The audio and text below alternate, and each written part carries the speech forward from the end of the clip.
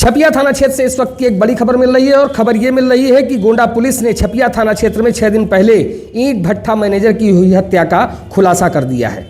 आपको बता दें कि 6 दिन पहले राम सजीवन वर्मा नाम के शख्स की ईंट भट्ठा के अंदर कुछ अज्ञात बदमाश घुस करके हत्या कर देते हैं और हत्या करने के बाद फरार हो जाते हैं। पूरी तरीके से ये ब्लाइंड मर्डर था जिसमें यह नहीं पता था कि आखिरकार हत्यारा है कौन। इस घटना का गोंडा पुलिस ने आज खुलासा किया है और खुलासे में जो जानकारियां पुलिस के हाथ लगी हैं वो अपने आप में चौंकाने वाली हैं। 4 दिसंबर को सुबह करीब 4 बजे थाना छपिया पुलिस को सूचना प्राप्त हुई थी कि थाना क्षेत्र स्थित एक ईंट भट्ठे में वहां के मैनेजर की किसी के द्वारा अज्ञात बदमाशों के द्वारा धारदार हथियार से प्रहार करके गंभीर रूप से घायल कर दिया गया, जिनको जब अस्पताल ले जाया गया वहां उनकी मृत्यु हो गई।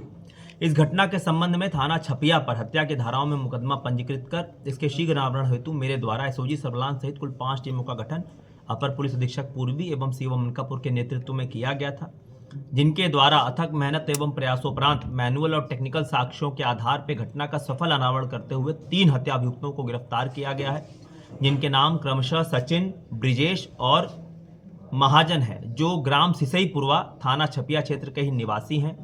इन तीनों बदमाशों के निशानदेही से जो आला कत्ल है बाका खून लगा हुआ वो भी बरामद हुआ है तथा घटना में जो बाइक का इस्तेमाल हुआ था वो मोटरसाइकिल भी बरामद हुई है। इन तीनों से जब घटना के संबंध में विस्तृत पूछताछ की गई तो इनके द्वारा बताया गया कि जो इसमें एक आरोपी है सचिन, वो इसी ईंट भट्ठे पे पिछले 4-5 साल से काम कर रहा है, ट्रैक्टर चलाता है। दूसरा आरोपी जो ब्रिजेश है वो 3 साल पहले तक इसी ईंट भट्टे पे काम करता था, ट्रैक्टर ड्राइवरी का, लेकिन इसी मैनेजर द्वारा उसको नौकरी से निकाल दिया गया था। और जो तीसरा अभियुक्त है महाजन, वो इन दोनों का दोस्त है।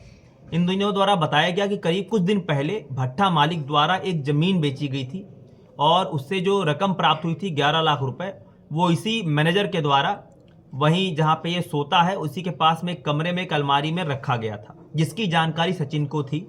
इन लोग की नीयत खराब हो गई। सचिन ने यह योजना अपने अन्य 2 साथियों के साथ इसको साझा किया और इन लोगों ने ये खतरनाक षड्यंत्र बनाया कि इसकी मैनेजर की हत्या कर ये लोग पैसे वहां से चुरा लेंगे। इसी योजना के तहत इनके द्वारा एक बाका खरीदा गया।